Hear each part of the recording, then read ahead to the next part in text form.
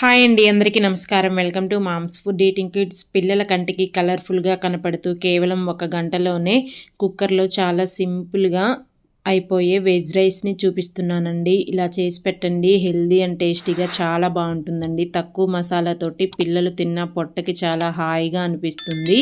దీనికి కాంబినేషన్గా కొంచెం రైతా వేసి పంపించండి, బాక్స్ మొత్తం ఖాళీ చేసేస్తారు, అంత బాగుంటుంది. ఈ లంచ్ బాక్స్ రెసిపీ ఆఫీసులకు వెళ్ళే హస్బెండ్స్కి కూడా పెట్టొచ్చు.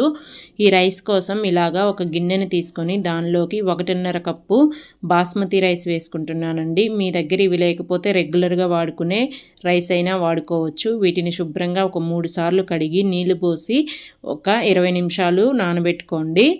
ఇంకొక గిన్నె తీసుకొని 1 అరకప్పు సోయా చంక్స్ అండి, అంటే మిల్ మేకర్ అంటాం కదా, అవి చిన్న సైజులో ఉండే వాటిని తీసుకున్నాను. మీ దగ్గర ఇవి లేకపోతే పెద్దవి తీసుకొని నానాక 2 ముక్కలుగా కట్ చేసుకోండి, సరిపోతుంది. ఇప్పుడు వీటిలో కూడా నీళ్లు పోసి బియ్యంతో పాటు ఇవి కూడా నాననివ్వండి. ఈలోపు ఇలా ఒక కుక్కర్ గిన్నెని తీసుకొని దానిలోకి 1 టేబుల్ స్పూన్ నెయ్యి వేసుకోండి. అలాగే 1.5 టేబుల్ స్పూన్ ఆయిల్ వేసుకోవాలి. ఈ నెయ్యి ఆయిల్ కొంచెం వేడయ్యాక దాల్చిన చెక్క, 4-5 లవంగ మొగ్గలు, ఒక పెద్ద యాలుక్కాయ, 2 మరాఠీ మొగ్గలు, ఒక చింత జాపత్రి, కొంచెం రాతి పువ్వు, ఒక 3-4 యాలుక్కాయలు, కొంచెం జాజికాయ వేసుకోండి, ఫ్లేవర్ బాగుంటుంది. ఒక 5-6 మిరియాలు, 2 బిర్యానీ ఆకుల్ని ఇలా తుంచి వేసుకోండి. కొంచెం షాజీరా, కొంచెం జీలకర్ర వేసుకోండి. స్టార్ అనాసా కూడా వేసుకోండి, బాగుంటుంది, నేను మర్చిపోయాను.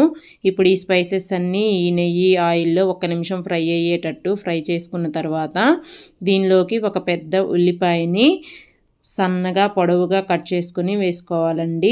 ఇప్పుడు ఇదంతా ఒకసారి మళ్ళీ కలుపుకొని మంటని మీడియం ఫ్లేమ్లో పెట్టుకొని ఈ ఉల్లిపాయని మధ్య మధ్యలో కలుపుకుంటూ మంచి గోల్డెన్ బ్రౌన్ కలర్ వచ్చే వరకు వేయించుకోవాలి.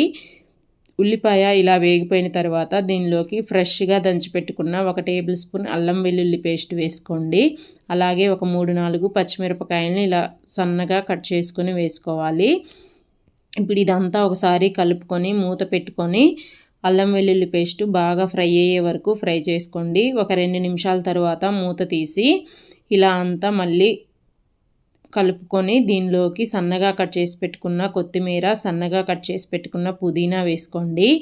ఆయిల్లో ఈ కొత్తిమీర పుదీనాని 1 నిమిషం బాగా ఫ్రై అయ్యేటట్టు ఫ్రై చేసుకోండి. కొత్తిమీర పుదీనా ఇలా కొంచెం వేగిపోయిన తర్వాత దీనిలోకి ముందుగా నానబెట్టుకున్న మిల్ మేకర్ని నీళ్ళన్నీ బాగా గట్టిగా పిండేసుకొని వేసుకోవాలి.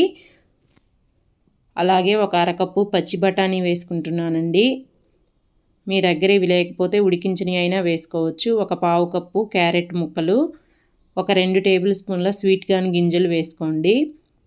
ఇవన్నీ వేసుకున్న తర్వాత ఒకసారి బాగా అంతా కలిసిపోయేటట్టు కలుపుకొని దీనిలోకి 1.5 టీ స్పూన్ ఉప్పు వేసుకోండి, సాల్ట్, అలాగే 1.5 టీ స్పూన్ వేయించి పొడి చేసి పెట్టుకున్న ధనియాల పొడి, ఒక 1/2 టీ స్పూన్ కసూరి మేతి వేసుకోండి. ఇది మీ దగ్గర ఉంటే వేసుకోండి, లేకపోతే స్కిప్ చేయండి, వేసుకుంటే టేస్ట్ బాగుంటుంది. ఇదంతా ఒకసారి మళ్ళీ బాగా కలిపేసుకొని మూత పెట్టి 1 నిమిషం వీటిని ఫ్రై చేసుకోండి. ఈ మసాలాలు ముక్కలకి బాగా పడతాయి. 1 నిమిషం తర్వాత మళ్ళీ మూత తీసి ఇదంతా ఒకసారి కలుపుకున్న తర్వాత దీనిలోకి నేను 1.5 కప్పు బియ్యానికి మొత్తం 3 కప్పుల నీళ్ళు వేసుకుంటున్నానండి. నేను తీసుకున్న రైసు బాగా పాతయి. ఒకవేళ మీరు కొత్తగా రైస్ తీసుకుంటే 1.5 కప్పు వేసుకోండి. 1 కప్పు రైస్కి కరెక్ట్గా సరిపోతుంది, లేకపోతే అన్నం అనేది ముద్దగా అయిపోతుందండి. ఇలా నీళ్ళు పోసుకున్న తర్వాత ఇదంతా ఒకసారి బాగా కలిపేసుకోండి. ఇలా అంతా కలుపుకొని రుచి చూసుకొని మీ రుచికి సరిపడా ఉప్పు ఇదే టైంలో అడ్జస్ట్ చేసుకోండి. అలాగే 1 అరచెక్క నిమ్మకాయ రసాన్ని పిండుకోవాలి.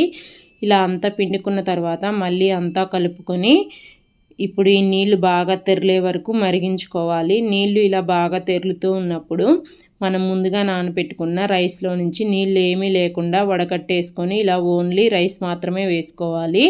ఇప్పుడు గెరిటతోటి నిదానంగా ఇదంతా కలిసిపోయేటట్టు కలుపుకొని మూత పెట్టుకొని మంటని హై ఫ్లేమ్లో పెట్టి ఇక్కడ నేను ఒక 4-5 విజిల్స్ రానిచ్చుకున్నానండి. కరెక్ట్గా నాకు రైస్ అనేది ఉడికిపోయింది. ఒకవేళ మీ కుక్కర్ విజిల్ని బట్టి రైస్ అనేది ఉడికించుకోండి.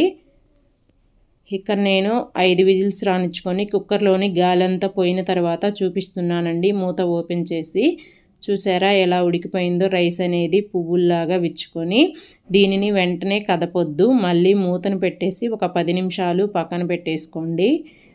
ఇప్పుడు 10 నిమిషాల తర్వాత ఇలాగ అట్లకాడ తీసుకొని రైస్ని కలుపుకోండి, విరిగిపోకుండా ఉంటుంది. ఇలా అంతా కలుపుకొని ఒక ప్లేట్లో వేసి కొంచెం పక్కన పెట్టుకొని చల్లారిన తర్వాత పిల్లల లంచ్ బాక్స్లోకి పెట్టేయండి. చెమట పట్టకుండా చాలా బాగుంటుంది. రైస్ అయితే చాలా సింపుల్గా తినేస్తారు, కలర్ఫుల్గా కంటికి కనపడుతూ ఉండేసరికి. ఇలా మీరు ఎప్పుడు ట్రై చేయకపోతే ఒకసారి ట్రై చేయండి. నచ్చితే లైక్ చేసి, కొత్తగా చూసే వాళ్ళైతే ఛానల్ని సబ్స్క్రైబ్ చేసుకొని మీ ఫ్రెండ్స్ అండ్ రిలేటివ్స్కి షేర్ చేయండి. Thanks for watching.